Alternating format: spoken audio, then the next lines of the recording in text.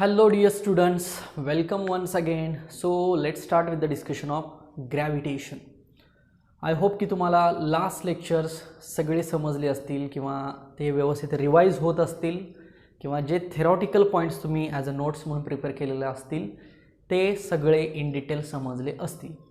कारण खरं तर आज आपलं शेवटचं लेक्चर आहे, इन द सेन्स शेवटचा पॉईंट आहे आणि काही शेवटचे न्यूमरिकल्स आहेत आणि अजून एक CETचं लेक्चर आपलं फक्त पेंडिंग राहते, ते घेऊया. पण इथपर्यंत या टॉपिकची पूर्ण थिअरी असेल, या टॉपिकचे पूर्ण टेक्स्टबुकमधले अनसॉल्वड न्यूमरिकल्स असतील, त्याचं डिस्कशन कंप्लीट होईल. तुम्ही सॉल्वड न्यूमरिकल्स कंप्लीट केलेत का बघा. तुमच्या नोट्समध्ये सॉल्वड न्यूमरिकल्सची सुद्धा कॉपी असणं गरजेचं आहे. ते सुद्धा तुम्ही लिहून त्याचं क्वेश्चन, त्याचे गिवन पॉईंट्स, त्याचा answer with their SI units हे सगळं लिहून काढलं पाहिजे. ते त्याचा स्टडी केला पाहिजे. म्हणजे जर तुम्ही प्रॅक्टिस जर केलं, अगदी सॉल्वड क्वेश्चन्स असतील किंवा अनसॉल्वड क्वेश्चन्स असतील, तर दोन्हीचाही अभ्यास तुमचा व्यवस्थित होऊन जाईल. म्हणजे टेक्स्टबुकसुद्धा इनफ आहे कधी कधी अभ्यासासाठी. कारण टेक्स्टबुकमध्ये बऱ्याचशा रिमेंबर थिंग दिलेल्या असतात किंवा काही पाठीमागचे रेफरन्सेस दिलेले असतात, ओके, किंवा काही तुम्ही लक्षात ठेवण्याच्या गोष्टी दिलेल्या असतात, सॉल्वड न्यूमरिकल्स दिलेले असतात, अनसॉल्वड आहेत पाठीमागं, मल्टिपल चॉईस क्वेश्चन्स आहेत, थेरॉटिकल क्वेश्चन्स आहेत. या सगळ्यांचा एकंदरीत जर आपण एक रिव्ह्यू घेतला, अभ्यास केला की आपल्याला त्या टॉपिकची पूर्ण एक महत्त्वाची माहिती मिळून जाते की या टॉपिकमध्ये काय काय असणार आहे आणि काय जास्त आपल्याला अभ्यास करावा लागणार आहे किंवा त्या टॉपिकमधले सेक्शन्स कुठले कुठले आहेत याचा एक तुम्हाला ओव्हरव्ह्यू आणि एक अंदाज येऊन जातो. त्यासाठी टेक्स्टबुकची कॉपी आणि टेक्स्टबुकमधलं जे काही मेन्शन केलेलं आहे त्या टॉपिकशी रिलेटेड ते आपल्याला व्यवस्थित, किमान ते व्यवस्थित तुम्ही रोजच्या रोज बघणं गरजेचं आहे. मी सांगितलं म्हणून सगळ्याच गोष्टी तुम्हाला जमतील येतील असं होत नाही. एक 50% पार्ट तुमचाही आहे की तुम्ही सुद्धा तितकाच अभ्यास करायचा आहे. नुसतं शिकवलं फॅकल्टीनं म्हणून आपल्याला सगळं फिजिक्स आलं असं होत नाही. जेव्हा तुम्ही स्वतः प्रॅक्टिस करायला घ्याल ते सगळं, तेव्हा तिथल्या बऱ्याच गोष्टी जमतात. अगदी तशाच पद्धतीनं ग्रॅव्हिटेशनशी रिलेटेडसुद्धा आहे. आता ग्रॅव्हिटेशन आपला हा संपत आलेला आहे. आज फक्त एक पॉईंट राहिलेला आहे बाइंडिंग एनर्जीचा. बाकी कालच्या लेक्चरपर्यंत आपण critical velocity, escape velocity, weightless condition किंवा प्रोजेक्टाईल्स कसे असतात, प्रोजेक्शन्स कसे असतात किंवा त्याच्या आधी अगदी डेप्थ, हाईट, लॅटिट्यूड, अल्टिट्यूड किंवा त्याच्या आधी Newton's law of gravitation, acceleration due to gravity, हे सगळं बघितलेलं आहे. सो तुम्ही अशा पद्धतीनं हा टॉपिक डिवाईड करायचा आहे की आपल्याला पहिल्या पार्टमध्ये किती अभ्यास करायचा आहे, दुसऱ्या आणि तिसऱ्या एक 2 ते 3 पार्टमध्ये साधारण टॉपिक डिवाईड करत चला. म्हणजे याची एक हिंट तुम्हाला चांगली मिळेल आणि एक अभ्यासाची चांगली सवय होऊन जाईल. कारण आपल्याला कॉन्सन्ट्रेशन हे CETच्या एक्झामवरती करायचं आहे आणि आपण 100% द्यायचा प्रयत्न करू कुठं, तेव्हा आपण 90% आपल्याला मार्क्स मिळवता येतील. आणि आपल्याला टार्गेट हेच ठेवायचं आहे की कुठंतरी 80 आणि 90च्या मध्ये आपल्याला मार्क्स पडले पाहिजेत, 90% मार्क पडले पाहिजेत, 90% अबव आपल्याला जायचं आहे. तर आपल्याला कुठंतरी चांगलं इंजिनिअरिंग, चांगलं मेडिकल किंवा चांगलं फार्मसी कॉलेज हे मिळून जाईल. आता मेडिकलसाठी नीट एक्झाम आहे, इंजिनिअरिंगचे काही टॉप कॉलेजेस आहेत त्याच्यासाठी JEE एक्झाम आहे, त्यामध्ये मग JEE मेन आहे, JEE ॲडव्हान्स आहे. तो मग पुढचा स्टडीसुद्धा तुम्हाला करायला स्कोप आहे.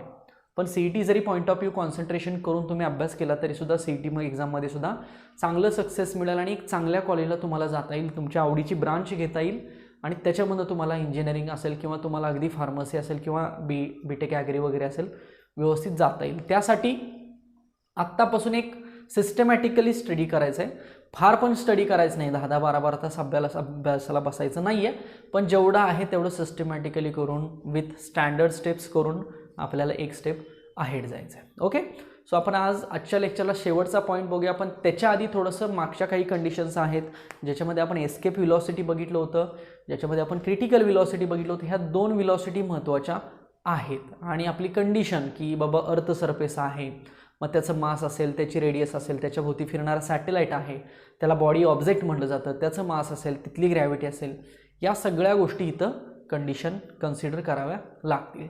आता बाइंडिंग एनर्जी हा शब्द कसा आला बघा. बाइंडिंगमधला बाउंड लक्षात ठेवा. बाउंड म्हणजे धरून ठेवणे आपण असं म्हणूया, ठीक आहे. तर बाइंडिंग एनर्जी म्हणजे काय की सध्या सॅटेलाईट इथं आहे वरती आणि तो फिरणार आहे आता, ओके. सो जोपर्यंत सॅटेलाईट इथं जस्ट वरती आहे तोपर्यंत त्याची जी काही बाइंडिंग एनर्जी असते ती निगेटिव्ह असते. आता ती का निगेटिव्ह असते, कशी निगेटिव्ह असते हे आपल्याला सगळं समजणार आहे. मग मला सांगा, जर सॅटेलाईट समजा वरती आहे हाईटवरती आणि त्याची बाइंडिंग एनर्जी ही निगेटिव्ह आहे, ओके, तर आपल्याला तो सॅटेलाईट जो स्टॅटिक पोझिशनमध्ये आहे तो मोशनमध्ये न्यायचं आहे, म्हणजे सध्याची जी पोझिशन आहे त्याची अपोजिट पोझिशन घ्यायची आहे. मग मायनस साईन जे आहे ते आपल्याला काय करावं लागेल, प्लस करावं लागेल. त्यामुळं इथं जी आपल्याला मिळणारी बाइंडिंग एनर्जी आहे ती निगेटिव्ह आहे, ती आपण जेव्हा प्लस करूया तेव्हा सॅटेलाइट फिरायला लागेल आणि त्याला बाइंडिंग एनर्जी आपण म्हणूया. ओके, सो बाइंडिंग एनर्जी एक अशी मिनिमम अमाउंट ऑफ एनर्जी आहे that required to the or given to the satellite to escape from the earth's gravitational field and to rotate or to revolve around the earth surface असं म्हटलं जातं. Okay, so condition as usual आपली आत्तापर्यंत जी होती तीच घेऊया आपण. Earth surface घेऊया, त्यानंतर ही अर्थची रेडियस झाली, अर्थचं मास झालं आणि एका ठराविक हाईटवरती समजा एक सॅटेलाइट आहे, सॅटेलाइट ज्याचं मास काय आहे, स्मॉल एम आहे. हा सॅटेलाइट आता असा अर्थच्या भोवती फॉर एक्झाम्पल फिरणारा आहे. हे जे स्मॉल आर म्हणतो त्याला आपण काय लिहितो, आर प्लस एच लिहितो. आता हे सगळं तुम्ही याच्या खाली लिहा. इथं सॅटेलाइटला क्रिटिकल व्हेलॉसिटी मिळते, GM अपॉन आर म्हणतो आपण त्याला स्क्वेअर रूटमध्ये, बरोबर ना. आणि इथं सॅटेलाइटची ही एस्केप व्हेलॉसिटी असते. तर इथं एस्केप व्हेलॉसिटीची काही गरज नाही आहे कॅल्क्युलेशनमध्ये. ओके, टॉय GM अपॉन आर अंडर रूटमध्ये होतं ते. सो सॅटेलाइट समजा इथं आहे आणि ह्या सॅटेलाइटला आता आपल्याला फिरवायचं आहे. तर हा सॅटेलाइट जेव्हा इथं असतो तेव्हा त्याच्यावरती कायनेटिक एनर्जी पण असेल आणि त्याच्यावरती पोटेन्शियल एनर्जी पण असेल, म्हणजे त्याच्यावरती टोटल एनर्जी पण असेल. सो मी बघा डायरेक्ट इक्वेशनच लिहिलं. हे स्टॅटिस्टिक तुम्ही लिहा इथं सगळं. एम म्हणजे काय, कॅपिटल आर म्हणजे काय, स्मॉल एम म्हणजे काय, जी म्हणजे काय, स्मॉल आर म्हणजे काय, त्याच्यानंतर VC म्हणजे काय. ओके, एवढं सगळं इथं लागेल. किंवा कॅपिटल G म्हणजे काय, हे सगळं आधी स्टॅटिस्टिक इथं लिहा आणि मग त्याच्यानंतर कंडिशन बघा. सो कंडिशनमध्ये आपण पहिल्यांदा काय डिफाईन करतोय की अर्थ सरफेस डिफाईन करतोय आणि अर्थ सरफेस नंतर आपण सांगतोय की अर्थ सरफेसच्या वरती एका ठराविक हाईटवरती एक सॅटेलाइट आहे आणि त्या सॅटेलाइटला आता आपल्याला काय करायचं आहे, रोटेट करायचं आहे. सो या सॅटेलाइटला काहीतरी एनर्जी दिली जाते, त्या एनर्जीला काय म्हटलं जातं, बाइंडिंग एनर्जी म्हटलं जातं. सो मी डेफिनेशन लिहितो, द मिनिमम एनर्जी, द डायग्रामच्या खाली हवं तर डेफिनेशन लिहा, काही हरकत नाही आहे, पण डायग्राम महत्त्वाची आली पाहिजे अशा पॉईंट्सना.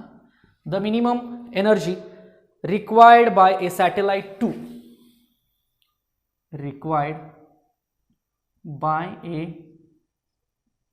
सॅटेलाइट टू एस्केप, एस्केप म्हणजे या रिजनपासून वरती, to escape from earth's gravitational influence, from earth's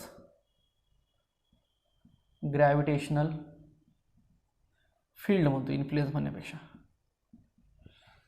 okay, म्हणजे सॅटेलाइटला इथून इथपर्यंत आणलं आहे सपोज एस्केप व्हेलॉसिटीनं. सो इथून आता सॅटेलाइटला हे ग्रॅव्हिटेशनल फील्ड आता याच्या बाहेर फिरवायचं आहे. ओके, फिरवायचं आहे म्हणजे रोटेट करायचं. सो त्याच्यासाठी लागणारी एनर्जी म्हणजे इथून पुढची, यासाठी ही घ्यायची नाही, एस्केप व्हेलॉसिटी घ्यायची नाही. त्या एनर्जीमध्ये कुठली व्हेलॉसिटी घ्यावी लागेल, क्रिटिकल व्हेलॉसिटी घ्यावी लागेल. बरोबर आहे का बघा.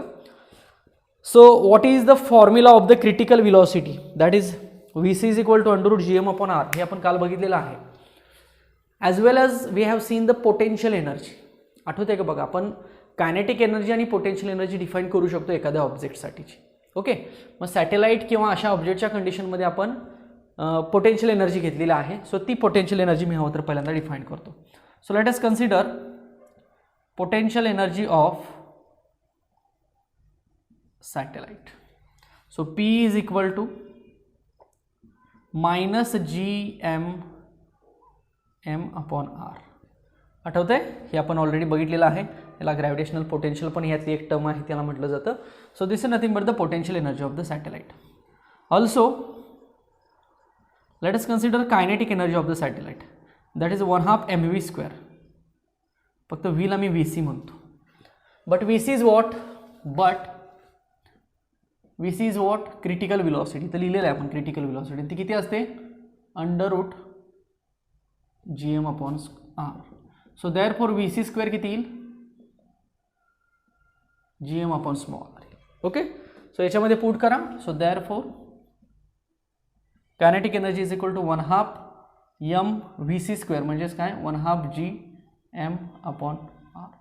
So 1/2 GMM upon so this is equation number 2. So kinetic energy is equal to 1/2 GMM upon small r, equation number 2.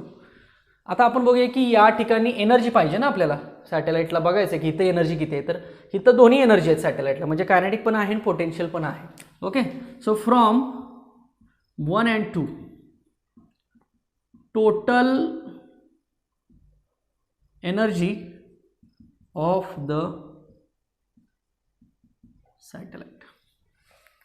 From 1 and 2 the total energy of the satellite, that is T is equal to Ke plus P. What is Ke? 1/2 Gm m upon r. And what is P? minus Gm m upon r. मग हे जर आपण solve केलं तर आपल्याला हे किती मिळेल बघा, हे 1/2 minus 1 आणि हे Gm m upon r. So it becomes minus 1/2 Gm m upon r. This is nothing but the total energy. Okay, so what is the formula of the total energy? That is minus 1/2 Gm m upon r. So this is nothing but the total energy of the satellite. पण sign कसं दिसतंय, minus दिसतंय. याचा अर्थ काय की satellite अजून इथंच आहे, तो अर्थला बाउंड केलेला आहे, bound. So negative sign indicates that, negative sign indicates that the satellite is bound to earth. धरून ठेवलेला आहे, याचा अर्थ असं काय की सॅटेलाइट अजून इथं आहे, अजून फिरत नाही आहे. मग चला, जर हा सॅटेलाइट फिरवायचा असेल तर ही मायनस प्लस केली पाहिजे, म्हणजे ह्या टोटलचं कन्वर्जन कशात केलं पाहिजे, बाइंडिंगमध्ये केलं पाहिजे. बघा इथपर्यंत समजलं का, लिहून घ्या. मी हे रब करतो इकडचा पार्ट.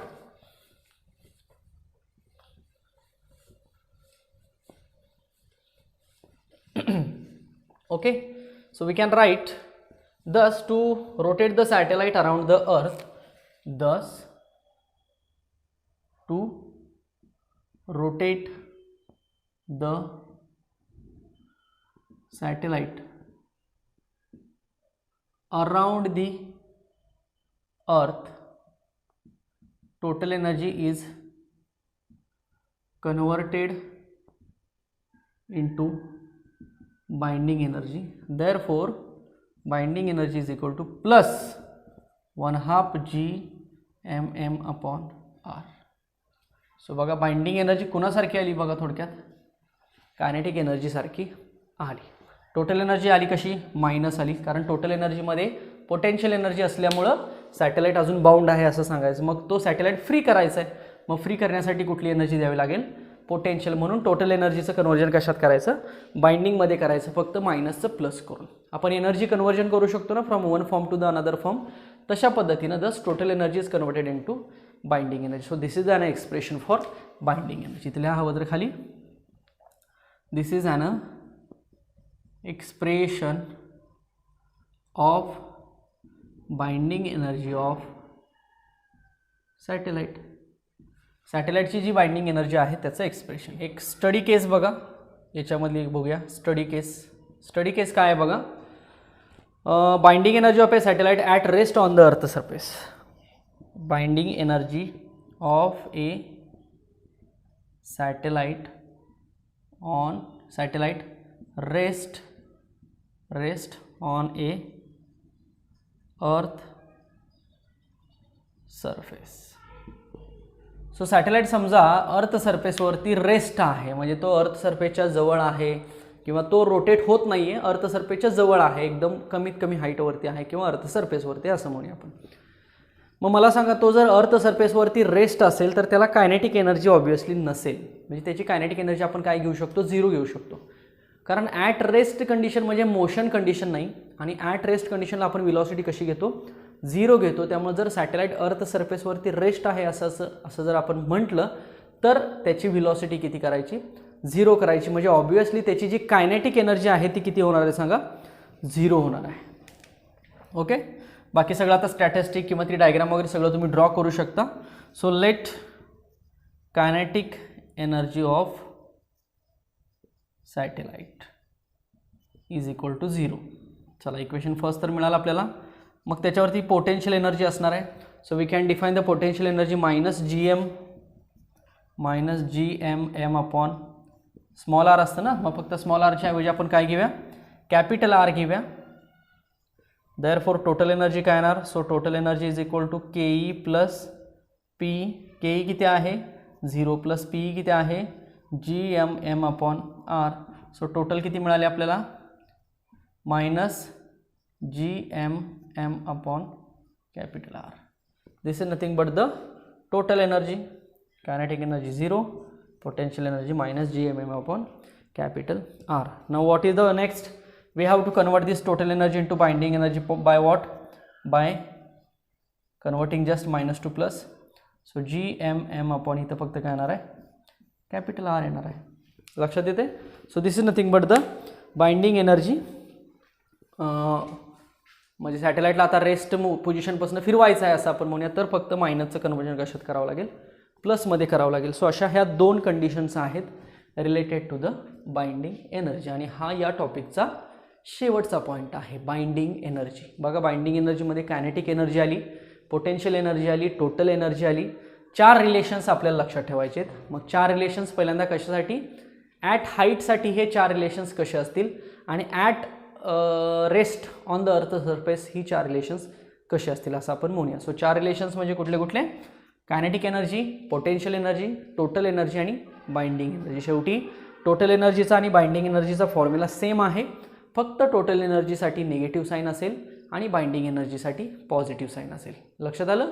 सो सॅटेलाइटला अर्थ सरफेसच्या भोवती फिरवण्यासाठी कमीत कमी लागणारी एनर्जी म्हणजे थोडक्यात बाइंडिंग एनर्जी. बघा, समजलं का? लिहून घ्या इथपर्यंत सगळ्यांनी व्यवस्थित.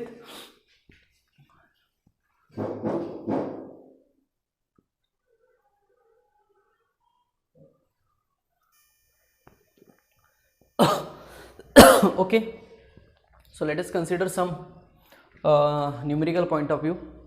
काही न्यूमेरिकल्स आहेत त्याचं डिस्कशन करूया. पहिल्यांदा बघा, जे अनसॉल्व्ड न्यूमेरिकल्स आहेत ते बघूया. सो 1-2 न्यूमेरिकल्स आहेत, पहिल्यांदा त्याचं डिस्कशन करू, कारण ऑलमोस्ट आपण कालच्या लेक्चरपर्यंत न्यूमेरिकल्स कंप्लीट केलेले आहेत.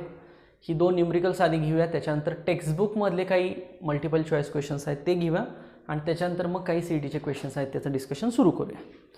So calculate the kinetic energy, potential energy and total energy total energy and binding energy of an artificial satellite of mass 2000 kg orbiting at height of 3600 kilometre above the surface of the अर्थ. Capital G, capital R, capital M दिलेलं आहे. विचारलेलं आहे kinetic energy, potential energy, total energy आणि binding energy. बघा, मी म्हटलं होतं ना की जे 4 फॉर्म्युलेज आहेत, कायनेटिक, पोटेन्शियल, टोटल आणि बाइंडिंग, हे 4 फॉर्म्युले आपल्याला लक्षात ठेवावे लागतील. हे 4 फॉर्म्युले पुन्हा अर्थ सरफेसच्या जवळ किंवा रेस्ट असताना सुद्धा हे फॉर्म्युले लक्षात ठेवावे लागतील. फारशा काही अवघड कंडिशन्स याच्यामध्ये नाहीत. आता दिलेले गिवन पॉईंट्स आहेत त्याच्यामध्ये already capital G, capital R आणि कॅपिटल M दिलेलं आहे. मी तुम्हाला आधी म्हटलं होतं की कॅपिटल G, कॅपिटल R आणि कॅपिटल M पाठ करायचा प्रयत्न करा. कॅपिटल G म्हणजे युनिव्हर्सल ग्रॅव्हिटेशनल कॉन्स्टंट 6.67 × 10⁻11. अर्थचं मास किती घेतो आपण? 6 × 10⁻24 kg घेतो आणि अर्थची रेडियस किती घेतो आपण? 6400 किलोमीटर, दॅट इज 6400 किलोमीटर. त्याचं मीटरमध्ये कन्वर्जन करता येतं आपल्याला. सो जे गिवन पॉईंट्स कधी कधी दिले असतात, कधी कधी दिलेले नसतील, तरीसुद्धा आपल्याला ते माहीत असणं अपेक्षित आहे. कारण काही वेळेला काय होतं की जे कॉन्स्टंट आहे ते दिले जात नाही आहेत, मग त्यामुळे आपल्याला तिथं कन्सिडरेशन घ्यावं लागतं. त्यासाठी कॉन्स्टंट माहीत असू द्यात सगळ्यांना. चला, एक आर्टिफिशियल सॅटेलाइट आहे ज्याचं मास दिलेलं आहे 2000 kg. So mass of the satellite small m म्हणून आपण. सो 2000 kg आहे. Okay, so small m is given. Next, तो सॅटेलाइट एका हाईटवरती आहे, ती हाईट दिलेली आहे 3600 किलोमीटर. सो H म्हणूया आपण 3600 किलोमीटर. सो किती? हेच आपण 3600 गुणिले 10⁻³ मीटर म्हणू शकतो किंवा 36 × 10⁵ मीटर असं करू शकतो. अर्थचं मास आपण घेतो 6 × 10⁻24 kg घेतो. अर्थची रेडियस आपण 6400 किलोमीटर घेतो. यालाच आपण 64 × 10⁵ सुद्धा म्हणतो बघा. आणि कॅपिटल G घेतो आपण 6.67 × 10⁻11 न्यूटन मीटर स्क्वेअर पर kg². सगळ्या given values me in the terms of their SI units और इन टर्म्स ऑफ 10⁻⁴ और सिम्पल कॅल्क्युलेशन्ससाठी ह्या अशा पद्धतीनं लिहिलेल्या आहेत. आता आपल्याला फाइंड आउट काय काय करायचं सगळंच. We have to find potential energy, total energy, kinetic energy and binding energy. Okay, all these 4 energies we have to find. Okay, चला एक एक फॉर्म्युले लिहूया. कायनेटिक एनर्जी किती लिहिली होती आपण मगाशी? मी फक्त फॉर्म्युला आता देतो तुम्हाला. Kinetic energy 1/2 gmm/r. ओके, आता हाच फॉर्म्युला आपण असा लिहूया का? Kinetic energy is equal to 1/2 gmm/, आता स्मॉल आर म्हणजेच काय असतं? r + h असतं ना. सो कायनेटिक एनर्जीचा फॉर्म्युला आपल्याला असा मिळाला. ओके, पोटेन्शियल एनर्जी पण माहिती आहे आपल्याला, -gmm/r असं लिहिलं होतं आपण. Okay, so we can define potential energy that is -gmm/r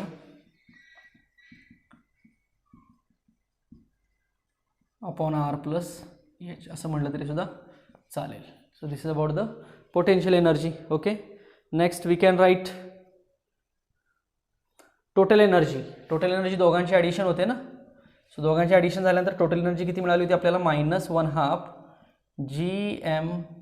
gmm/r + h. आणि ह्याला जर आपण बाइंडिंग काय करतो? प्लस करतो फक्त, +1/2 gmm/r + h. So we have all these formulas. Okay, हे सगळे आहेत का बघा. हेच फॉर्म्युले आपण असेही लिहू शकतो. बाइंडिंग एनर्जी ही मायनस कायनेटिक एनर्जी म्हटलं तरी चालेल. ठीक आहे, कारण बाइंडिंग आणि टोटल किंवा चालेल, किंवा टोटल आणि कायनेटिक कशी आहे सांगा? टोटल आणि कायनेटिक सेम आहे. ठीक आहे, फक्त टोटलमध्ये मायनस साईन आहे, कायनेटिकमध्ये प्लस आहे. So we can write B is equal to -T. Also we can write P is equal to -2 KE असं पण चालेल का बघा.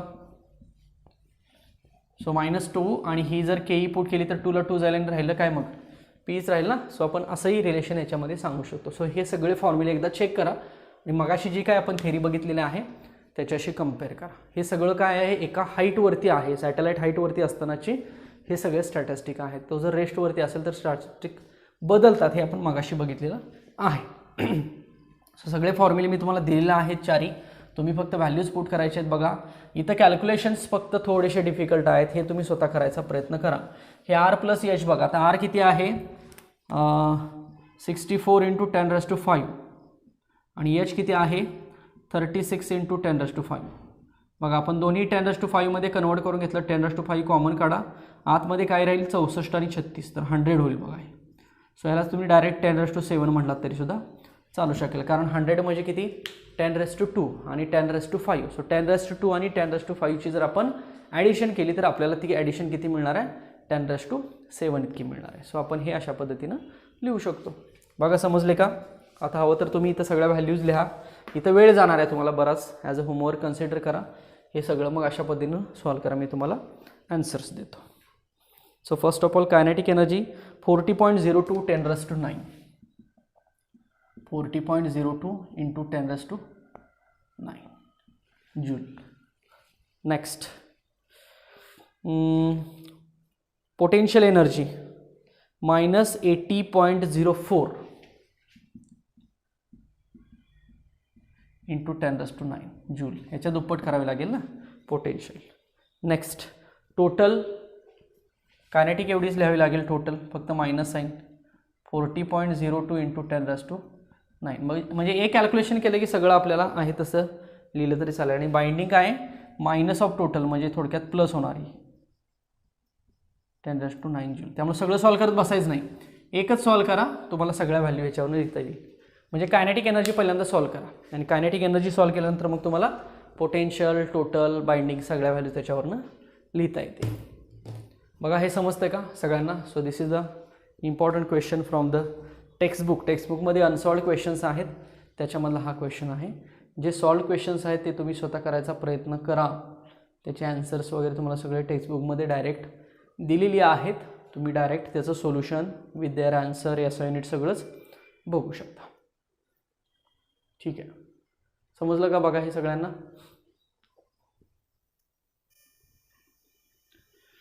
चला पुढचा क्वेश्चन बघा, तोही पुन्हा टेक्स्टबुकमधलाच अनसॉल्ड आहे. शेवटचा एक क्वेश्चन राहिलेला आहे. A planet has mass 6.4 × 10⁻24 kg and radius 3.4 × 10⁻6 metre. एक प्लॅनेट दिलेला आहे ज्याचं मास आणि रेडियस दिलेलं आहे. Calculate energy required to remove an object of mass 800 kg from the surface of the planet to the infinity. Calculate the energy required to remove. म्हणजे binding energy थोडक्यात त्याची फाइंड आउट करायची आहे. पण planet object कुठं आहे तर सरफेसवरती आहे त्या प्लॅनेटच्या आणि टू द इन्फिनिटी. म्हणजे थोडक्यात तो प्लॅनेट आपल्या अर्थ सरफेससारखा आहे असं कन्सिडर करा आणि तिथनं जर आपल्याला बाइंडिंग एनर्जी द्यायची असेल तर तो प्लॅनेट सरफेसवरती तो ऑब्जेक्ट त्या प्लॅनेटच्या सरफेसवरती आहे असं आपण म्हणतो. म्हणजे आपली सेकंड केस जी होती a satellite which is rest on the earth surface, तर त्या केसचा जो काही बाइंडिंग एनर्जीचा फॉर्म्युला असेल तो इथं आपल्याला वापरावा लागेल. चला सो कॅपिटल एम दिलेला आहे 6.4 × 10⁻24.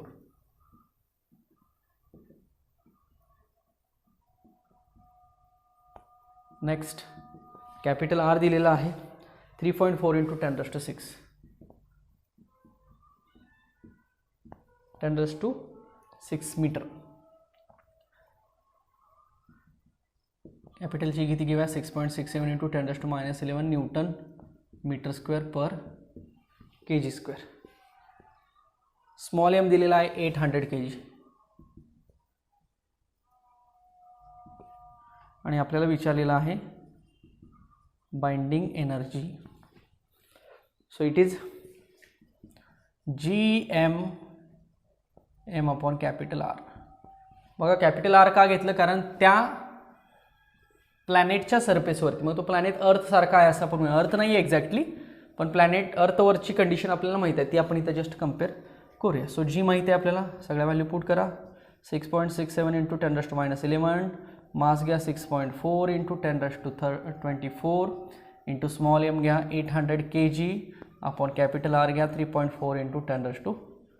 हे फक्त जरासं सॉल्व करावं लागेल, इन डिटेल सॉल्व करा. So I will give the answer. So 1.004 10⁻11. This is in joule. So हा एक फक्त टेक्स्टबुकमधला क्वेश्चन राहिलेला होता. सो अदरवाईज सगळे क्वेश्चन जे आहेत टेक्स्टबुकमधले मग आता सॉल्व झालेलं आहे. तुम्ही हवं तर सगळं टेक्स्टबुक चेक करू शकता. क्वेश्चन नंबर 4 मधला 3 आणि 9 नंबर IX, थर्ड आणि 9X IX 9 नंबरचा क्वेश्चन आपण सॉल्व केलेला आहे. चला नेक्स्ट टेक्स्टबुकमधलेच मल्टिपल चॉईस क्वेश्चन्स आहेत. आता थेरॉटिकल आहेत चारही क्वेश्चन्स. चला मी क्वेश्चन्स सगळे चारही एकदम देतो. तुम्ही सगळे चारही क्वेश्चन्स पहिल्यांदा किंवा डायरेक्ट क्वेश्चन लिहा आणि त्याचा आन्सर लिहा. एक्सप्लेनेशन वाटत असेल गरज तर तशी तुम्ही लिहू शकता. So I have a textbook. So the value of acceleration due to gravity is maximum at equator, centre, pole आणि slightly above the surface. Acceleration due to gravity ही सगळ्यात जास्त कुठं असते. सो आपण याचं थेरॉटिकल इन डिटेल बघितलेलं आहे की पोलच्या ठिकाणी, पोल म्हणजे सगळ्यात वरती म्हणतो आपण, पोलच्या ठिकाणी ॲक्सलरेशन ड्यू टू ग्रॅव्हिटी ही कशी असते, जास्तीत जास्त असते असं आपण म्हणतो. So acceleration due to gravity is maximum at the pole of the earth. So C option असेल. मी लिहित नाही आहे, तुम्ही फक्त पहिल्यांदा क्वेश्चन सगळे व्यवस्थित लिहा. क्वेश्चन दिसत आहेत समोर तुम्हाला, त्या क्वेश्चन फक्त लिहून त्याचे आन्सर स्टिक मार्क करा. Second, the weight of particle at the centre of earth is 0. कारण अर्थच्या जर आपण सेंटरला गेलो तर तिथं आपण acceleration due to gravity consider करत नाही. मग ज्या ठिकाणी ॲक्सलरेशन ड्यू टू ग्रॅव्हिटी 0 असते त्या ठिकाणचं वेट पण कसं असतं, 0 असतं. कारण वेट म्हणजे एक प्रकारचा फोर्स आहे आणि वेटची आपण definition mass into gravity mg अशी लिहितो. पण जर ग्रॅव्हिटीची व्हॅल्यू 0 असेल, भलेही तिथं मास प्रेझेंट असू देत, ग्रॅव्हिटी जर 0 असेल तर तिथलं वेट कसं असतं, 0 असतं. म्हणून अर्थच्या सेंटरला आपण काय म्हणू शकतो, जे वेट आहे पार्टिकलचं ऑब्जेक्टचं ते कसं असेल, 0 असेल. कारण तिथं ॲक्सलरेशन ड्यू टू ग्रॅव्हिटी 0 असेल. सो ऑप्शन बी असेल. Next, the gravitational potential due to the earth is minimum at infinite distance. आपल्याला माहिती आहे की ग्रॅव्हिटेशनल पोटेन्शियल हे इन्फायनाईट डिस्टन्सवरती, आपण इन्फायनाईट आर घेतलेला होता बघा, त्या ठिकाणी आपण पोटेन्शियल एनर्जी 0 म्हटलेली होती, त्यामुळे जे डिस्टन्स आहे ते इन्फायनाईट घ्यायचं. So at infinite distance the gravitational potential is minimum. Next, the binding energy of a satellite revolving around the planet in an circular orbit is 3 × 10⁹ joule. Binding energy दिलेला आहे, so त्याची kinetic energy किती असं विचारलेलं आहे. आता actual kinetic energy आणि binding एनर्जीचा formula बघा सेम आहेत, म्हणजे कायनेटिक, बाइंडिंग आणि टोटल ह्या तिघांचे फॉर्म्युले सेम आहेत, फक्त कायनेटिक आणि बाइंडिंगचा फॉर्म्युला जो आहे तो प्लस आहे आणि टोटलचा फॉर्म्युला आहे तो मायनस आहे. सो त्यामुळे याचा ऑप्शन काय असेल 3 × 10⁻⁹ जूल, म्हणजे डी ऑप्शन असेल याचा, कारण सॅटेलाइटची कायनेटिक एनर्जी आणि बाइंडिंग एनर्जी कशी असते, सेम असते. So these are the 4 questions from the textbook. चला हे क्वेश्चन्स सगळे लिहा आणि त्या क्वेश्चनचे आन्सर तशी तिथं मेन्शन करा. ओके, अजूनही काही कॉम्पिटिटिव्ह एक्झाम्पल्स आहेत ते घेऊया आपण, सुरू करूया आत्तापासूनच, आणि अजून एखादं लेक्चर ग्रॅव्हिटेशनच्या CET क्वेश्चन्स बेसवरती आपण पुढचं लेक्चर घेऊया. आजही काही 1-2-3 क्वेश्चन्स अजून घेऊन बघूया CET रिलेटेड किंवा NEET exam related. So look at the question. A body weighs 200 Newton on the surface of the earth. How much will it weigh halfway down to the center of the earth? अर्थ सरफेसवरती बॉडीचं weight दिलेलं आहे आणि ते जर अर्थ सरफेसपासून खाली जर जो आर आहे किंवा डेप्थ आहे ती हाफ जर आपण गेलो तर किती असेल असा क्वेश्चन आहे. म्हणजे स्मॉल डी जो आहे, डेप्थ जो म्हणलेला आहे ती हाफ घ्या असा क्वेश्चन आहे. सो आपल्याला GD = G × ब्रॅकेट हे रिलेशन आठवते का बघा, 1 - d/r. This is what acceleration due to gravity at depth d असं आपण लिहिलेलं होतं. Okay, so we can have this, that is d = 1/2 असं आपण म्हणूया. डीची व्हॅल्यू बघा 1/2 घेता येईल. इट मीन्स 1/2 r आहे ॲक्च्युली रेडियसच्या, 1/2 r असं लिहितो. सो देअरफॉर GD काय होईल बघा, सो GD = G × ब्रॅकेट 1 - 1/2 होईल. चालेल. सो हेच मग GD = G/2 असं होऊ शकतं. So this is the relation between GD and G. What is GD? GD is nothing but the acceleration due to gravity at depth D. And what is G? G is the acceleration due to gravity on the surface of the earth. Now what is the weight? त्या डेप्थला weight जाऊया. So mass into तिथली gravity म्हणूया. Okay, so मास तिथलं m असेल आणि gravity किती आहे तिथं तर G/2 असेल. So this is nothing but the weight. Okay, so let us consider mass 200 आहे, न्यूटन 200. सो G 100 न्यूटन येईल बघा आन्सर, 100 न्यूटन. ओके, सो जीला आपण कन्सिडर करूया 9.8 किंवा 10 कन्सिडर करूया. So 10 m/s². So it becomes 5. So mass late us consider 200 upon this 2. So it becomes 100 Newton. Okay, so mass 200 kg consider करा या केसमध्ये. मास ॲक्च्युली आता ते बॉडी वेट 200 न्यूटन असं म्हटलेलं आहे.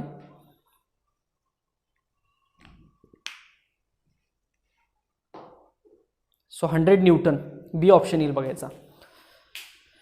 चला सेम असंच अजून एक घेऊया, CETचं घेऊया.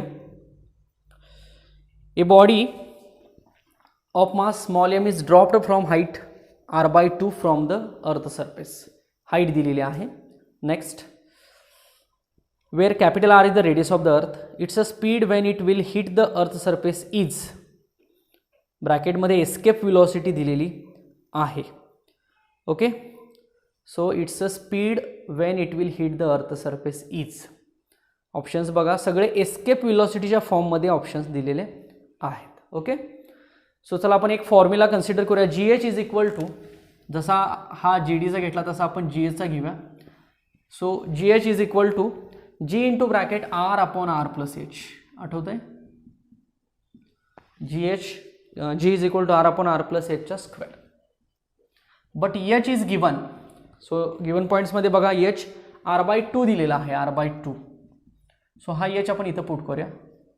So GH = G × bracket r/r+r/2 याचा स्क्वेअर. सो हे थोडंसं सॉल्व केलं तर हे 2 वरती जाईल, सो ट्वाईस आर अपॉन हे 2 इकडे येईल, 3r होईल आणि याचा स्क्वेअर होईल. So R cancel, so 2/3, so it becomes 4/9. चालेल का बघा. सो 4/9 आणि हे g आणि हे gh. So this is the relation between gh and g. जसं आपण इथं रिलेशन gd आणि g मध्ये काढलं तसं आपण इथं रिलेशन gh आणि g मध्ये काढलं. Next, now let us consider vc, that is velocity vc at height h. So under root gh is the acceleration due to gravity and rh, that is distance असं आपण म्हणू. So gh is what? 4/9 into g and rh. आता rh म्हणजे distance किती घेतलं पाहिजे, थोडक्यात height r/2. Okay, so 4/9 into g into r/2. So we'll solve this. So 9 ला आपण बाहेर काढू शकतो, सो 1/√3 होईल.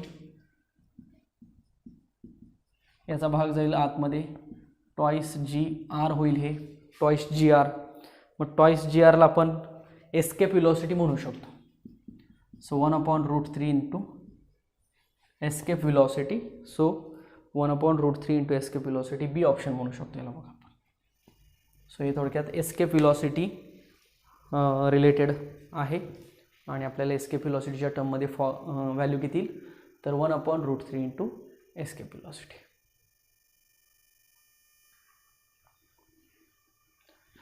चला अजून एक CETचा एक क्वेश्चन आहे, थोडासा डिफिकल्ट आहे, इन डिटेल बघूया आपण.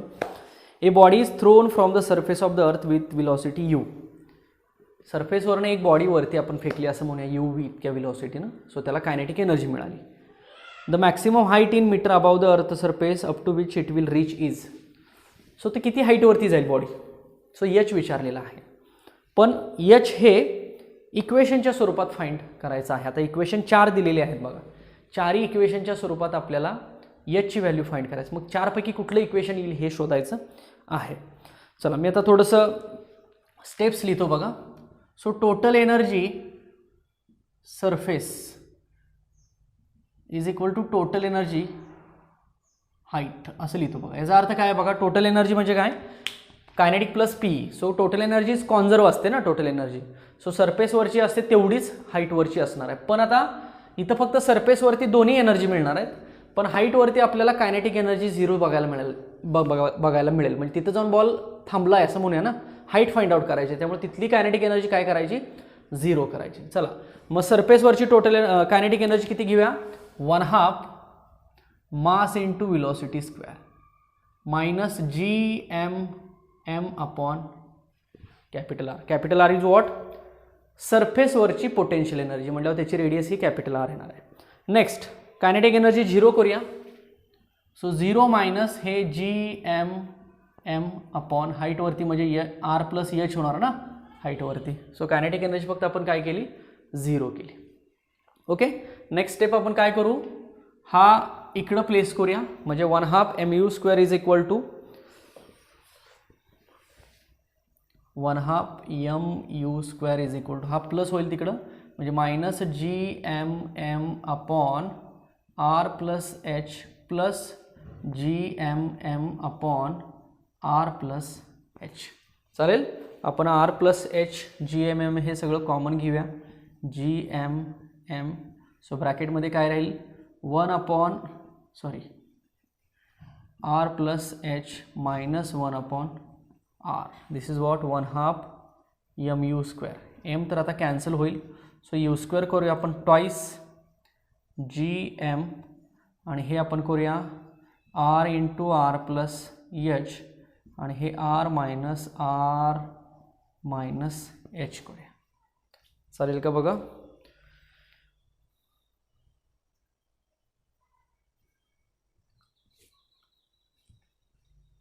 सो 1/gm हे मी इकडे घेतलं, प्लस झालं, हे इथं हे असं आहे बघा, हे मायनस मी इकडे घेतो, हे प्लस होईल.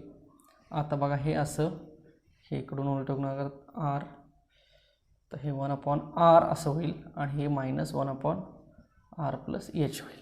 ठीक आहे, हा इकडे घेतला ना, हा इकडे घेतला. आता हे असं होईल आणि हे वरती आर प्लस एच होईल आणि हे मायनस आर होईल. इथं आता मायनस आर तर कॅन्सल होईल. So you square is equal to twice G एमच्या बद्दल आपण जी आर स्क्वेअर टाकलं तर चालेल का बघा. सो जी एम म्हणजे काय, जी आर स्क्वेअर असतं, झालं हे. So G M is equal to G R square. So into bracket इथं राहिली हाईट आणि खाली राहिलं R into R plus H.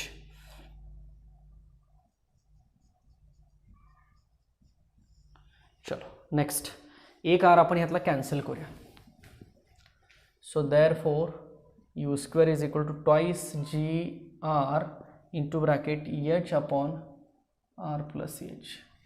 चालेल का बघा. So you square is equal to twice G R H upon R plus H. Next हे मी इकडे घेतो. U square upon twice G R is equal to H upon R plus H. प्रत्येक step समजते का बघा. माझ्याकडे स्टेप्स आहेत, मी फक्त डायरेक्ट लिहितो आहे स्टेप्स या. देअरफोर थोडंसं रिव्हर्स करतो मी, का तर आपल्याला हाईट पाहिजे ना, म्हणून ही टर्म थोडीशी काय केली आहे, रिव्हर्स केली आहे. So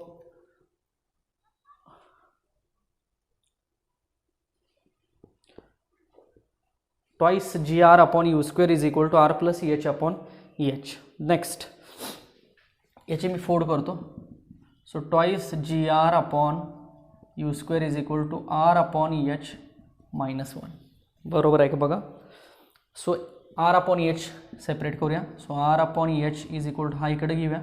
so twice G R upon you square plus one होईल बघा. चला मी थोडंसं ऑप्शन्सकडं लक्ष देतो आहे, ऑप्शन्समध्ये कशा पद्धतीनं आहे तसं. देअरफोर हे मी लिहितो R upon H is equal to ह्या यू स्क्वेअरनं twice G R plus u square upon काय होईल, यू स्क्वेअर होईल. ऑप्शन्स बघा. आपल्याला पाहिजे हाईट पाहिजे, हाईट. सो पुन्हा हे मग थोडंसं रिव्हर्स करूया. So therefore H upon R is equal to you square upon twice G R plus u square. Therefore H is equal to you square R upon twice G R plus u square. बघा u square R upon twice G R plus u square, sorry minus R upon H minus one. हे आहे तसंच ठेवलं. So R upon H is equal to twice G R upon you square. इथं plus आहे ते इथं minus होणार. बघा समजतं का, मी थोडंसं बघून स्टेप्स लिहिलेल्या आहेत सगळ्या, त्यामुळं थोडंसं माझ्याकडे आन्सर आहे, सॉल्व केलेलं आहे माझ्याकडे, मी सॉल्व केले ते. So H is equal to you square upon you square R twice G R minus U square. बघा आता ऑप्शन ए चेक करा, ए ऑप्शन. बघा थोडंसं थिअरॉटिकल सारखंच आहे बघा, फक्त मॅथमॅटिकल स्टेप्स ॲडजस्टमेंट आहे इम्पॉर्टंट, बाकी काही तसं फारसं विशेष याच्यामध्ये नाही. चला लिहून घ्या हे. चला अजून एक इंटरेस्टिंग क्वेश्चन बघूया. A satellite is revolving in a circular orbit at a height H above the surface of the earth of radius R. The speed of satellite in its orbit is 1/4 of the escape velocity from the surface of the earth. So the relation between H and R is. एक relation महत्त्वाचं दिलेलं आहे, escape velocity दिलेली आहे, sorry सॅटेलाइटची critical velocity दिलेली आहे 1/4 of escape velocity. So V C is equal to 1/4 of escape velocity असं लिहूया आपण. ठीक आहे. आता व्ही सी आपल्याला माहीत आहे, अंडररूट काय असतं, जी एम अपॉन आर असतो बघा, स्मॉल आर 1/4, आणि व्ही काय असतो, under root twice G M upon R असतो, ट्वाईस जी एम अपॉन हा कॅपिटल आर असतो.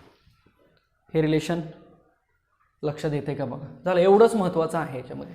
म्हणजे जो दिलेला गिवन पॉईंट आहे त्याच्यामध्ये हे दोन फॉर्म्युले काय करायचे, जस्ट पुट करायचे आणि एच आणि आर मधलं रिलेशन आपल्याला इथं काढायचं आहे.